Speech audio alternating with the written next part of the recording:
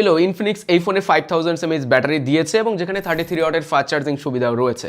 ফোনটিতে high density ইনফিনিক্সের নিজস্ব টেকনোলজির ব্যাটারি সেল ব্যবহার করা হয়েছে, যে কারণে অল্প জায়গার ভিতরে ব্যাটারি ক্যাপাসিটি বেশি থাকবে এবং সেই সাথে এই ব্যাটারিতে কিন্তু ইনফিনিক্স আবার 4 বছরের ব্যাটারি হেলথ গ্যারান্টিও দিচ্ছে। এবার আসি পারফরমেন্সে। ফোনটিতে হেলিও G100 SoC রয়েছে, 8256GB variant, UFS 2.2 storage type, XOS based on Android 14।